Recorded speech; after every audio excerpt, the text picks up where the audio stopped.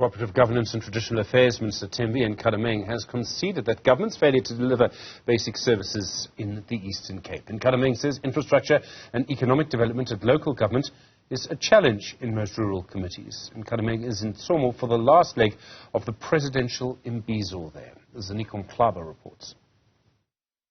The Presidential Imbizo is here in the Eastern Cape at the Crisani District Municipality, one of the strategic municipalities. When you think about the history of the struggle of South Africa, that's where you find the homes of Mr. Walter Sisulu, Crisani, and Vuisile. So let's get a sense of why this particular district specifically in terms of the broader scale of servicing the people of the Eastern Cape. Let's bring in Cogta Minister Thembi Nkadimeng. Minister, thank you very much for your time. I understand that you've been crossing at this district over the week. Talk to us about what you have identified as major issues which the President must try to respond to on Friday.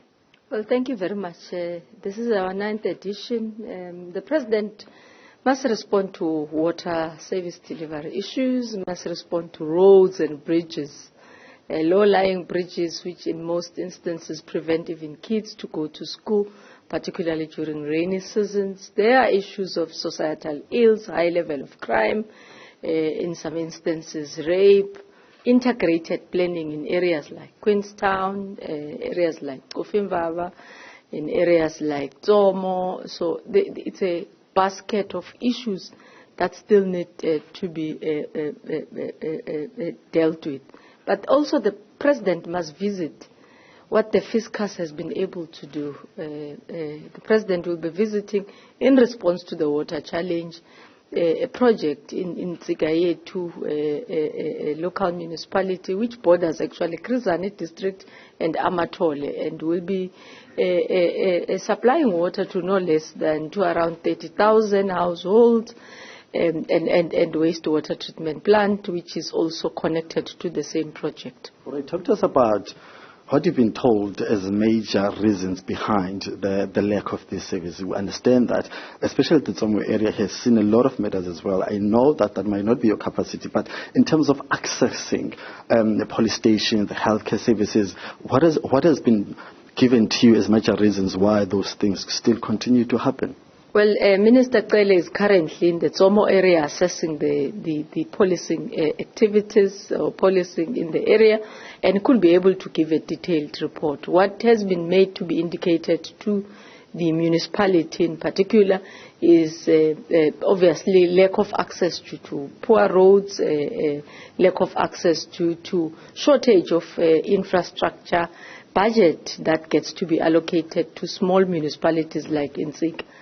And that is what is leading to the Minister of Finance to review the fiscal framework. Look, Eastern Cape, KwaZulu-Natal, Limpopo are one of our highly rural provinces. Right? They may be differing in degrees, but they are in the main rural, which means we walked in with no service at all in the prior years before then. So there were not even plans. We started the planning process and the rollout. And DDM is here to accelerate the implementation of what the province has been able to do. As you are saying, we're taking the President to a water project which has never been there before. It's not that it was neglected, but the community couldn't access. We've been talking about the education center, which is in Kofimbaba, which has been built, donated land by the municipality to ensure the development of young people, to train in science and all that, to put into the development of what the country is about. Agriculture is on site as well because it's one of the strengths of the province. It's agriculture driven to ensure that we put into upper front with regard to economic development.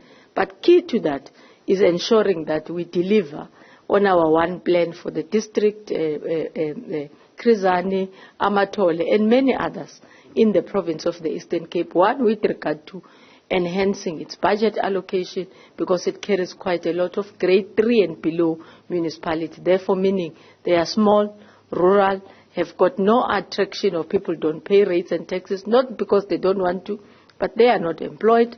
They don't have economic activities that are taking place in their small towns. So it remains the responsibility of government to support them.